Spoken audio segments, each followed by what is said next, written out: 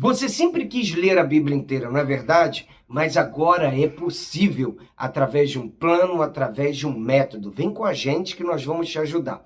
Aqui, Pastor Everton Ferreira, estamos num lindo processo de leitura bíblica. Estamos usando a Bíblia 365 Dia e Noite da SBB. Ela já tem um plano todo organizado. Estamos disponibilizando as páginas da nossa Bíblia aí para vocês. É só você vir com a gente. Esse plano consiste em nós lermos trechos da Bíblia e esses trechos vão se completar numa leitura inteira da palavra de Deus. Se você não é inscrito no canal, se inscreva no canal, dá um like e compartilhe para os seus contatos e grupos. Vamos à leitura de hoje.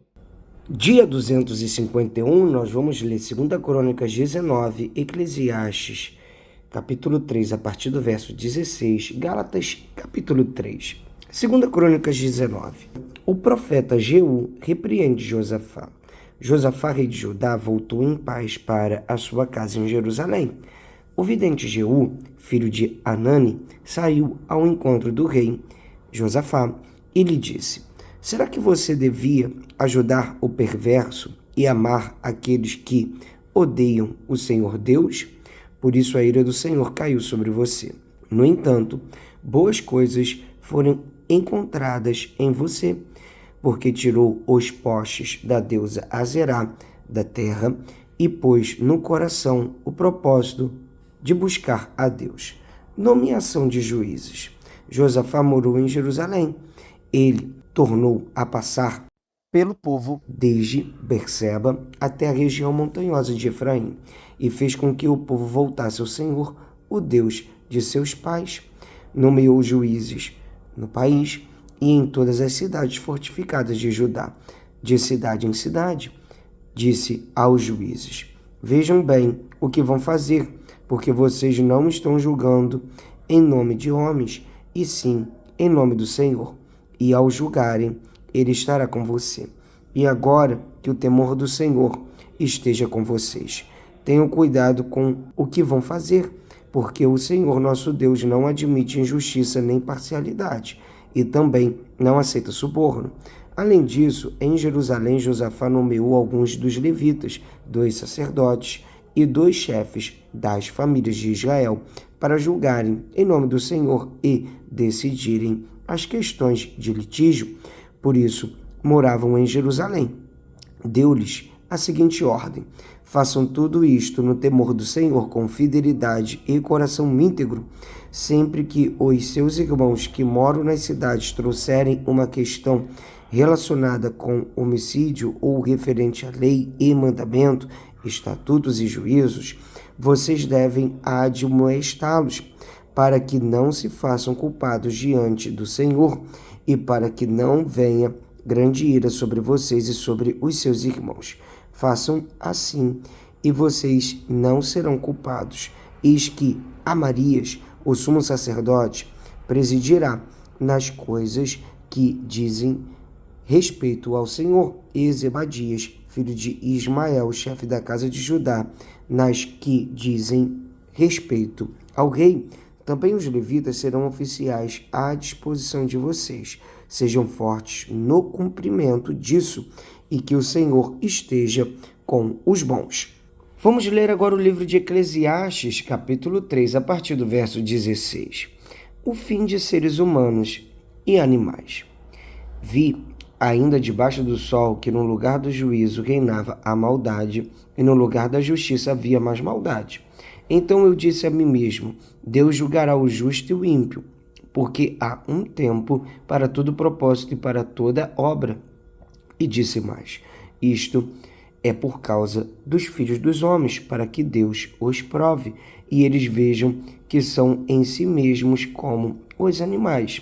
Porque o mesmo que acontece com os filhos dos homens acontece com os animais. Como morre um, assim morre o outro. Todos têm o mesmo fôlego de vida, e o ser humano não tem nenhuma vantagem sobre os animais. Porque tudo é vaidade. Todos vão para o mesmo lugar, todos procedem do pó, e ao pó voltarão.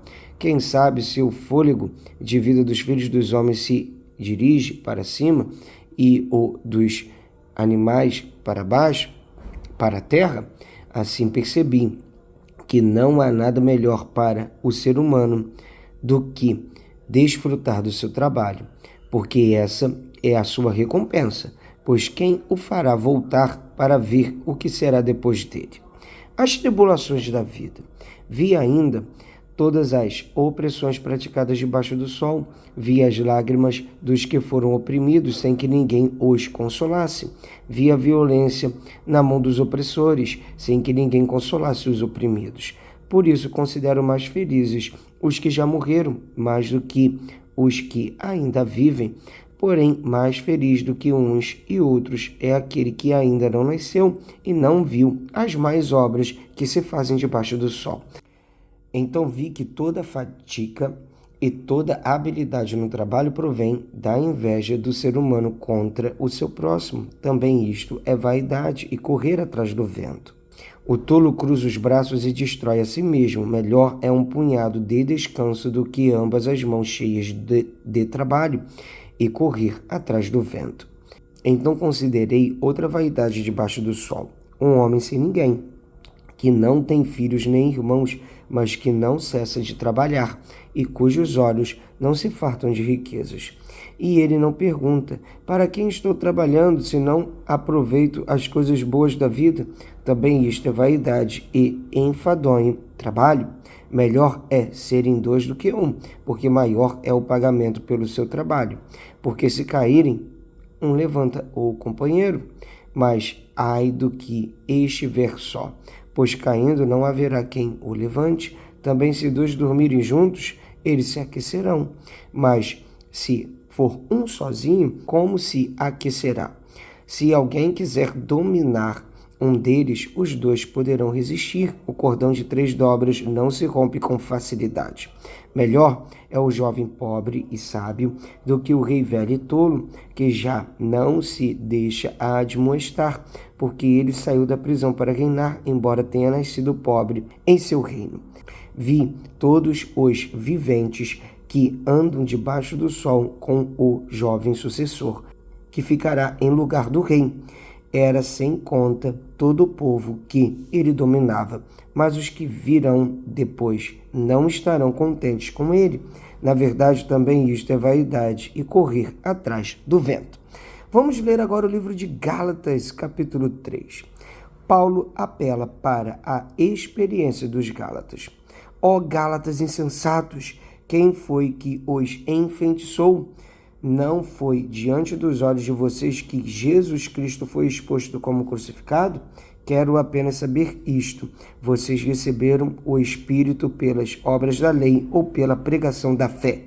Será que vocês são tão insensatos que, tendo começado no Espírito, agora querem se aperfeiçoar na carne? Será que vocês sofreram tantas coisas em vão? Se é que, na verdade, foram em vão. Aquele que lhes concede o Espírito e que opera milagres em vocês, será que ele o faz pelas obras da lei ou pela pregação da fé? O exemplo de Abraão é o caso de Abraão, que creu em Deus e isso lhe foi atribuído para a justiça. Sabem, portanto, que os que têm fé é que são filhos de Abraão. Ora, tendo a Escritura previsto que Deus justificaria os gentios pela fé, preanunciou o Evangelho a Abraão, dizendo: em você serão abençoados todos os povos, de modo que os que têm fé são abençoados com o crente Abraão, pois todos os que são da obra da lei estão debaixo de maldição, porque está escrito: maldito todo aquele que não permanece em todas as coisas escrito no livro da lei para praticá-las. E é evidente que pela lei, ninguém é justificado diante de Deus, porque o justo viverá pela fé.